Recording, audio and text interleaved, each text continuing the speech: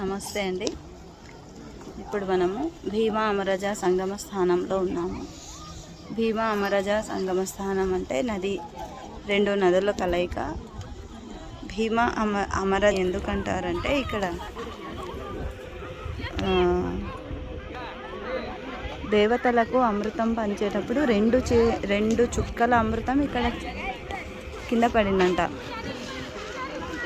మరి అది చిలికేటప్పుడు, మరి దేవతలకు పంచేటప్పుడు కేవలం రెండు చుక్కలు అమృతము ఇక్కడ పడిందంట. అందుకని దీనిని భీమా అమరజ నది అంటారు. అమరులు అంటే దేవతలకు చావు లేనిదన్నమాట. అలాగా ఇది కూడా మనకు ఎన్నో లాభాలను, తర్వాత ఎన్నో పాపాలను, మన యొక్క జీవిత ఆయుష్ని పెంచేటువంటి నదులు అన్నమాట ఇవి రెండు కూడా. ఈరోజు రేపు పౌర్ణమి కాబట్టి అసలు ఎడతెరిపి లేకుండా భక్తులు వస్తూనే ఉన్నారు. చూస్తున్నారు, చాలా పెద్దగా ఉంది నది. మేమైతే రోజు నదీ స్నానాలు ఆచరిస్తున్నాము 7 రోజులుగా. ఎంత పుణ్యం అన్నమాట. ఇక్కడ అష్టతీర్థాలంటే ఇదే నదులు ఇలాగే ఉంటాయి, ఇట్లనే పొడవుగా ఉంటుందన్నమాట.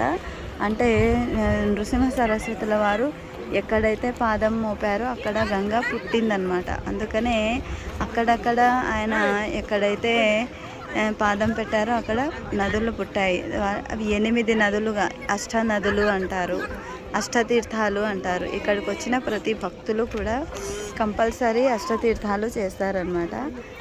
దగ్గర అది కొంచెం దూరం ఉంటుంది, ఇంచుమించు 14 కిలోమీటర్ల దూరం ఉండొచ్చు. స్నానం చేస్తూ వెళ్తారు. ఇది బాగా నీరు పుష్కలంగా ఉన్నప్పుడు చేయడానికి వీలవుతుంది. ఇప్పుడైతే బాగా ఉన్నాయి నీరు.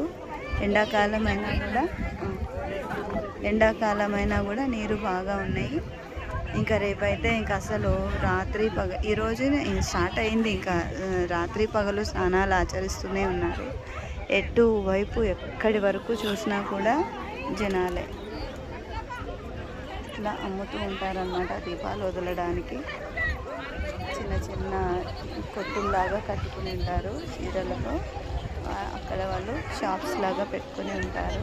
ఇలాగా పూలు, కొబ్బరికాయలు, భక్తులు దీపాలు వదలడానికి స్నానం అయిన తర్వాత దీపాలు వదులుతారు. ఇది భీమా అమరజ సంగమ స్థానం. ఓకే, నమస్తే.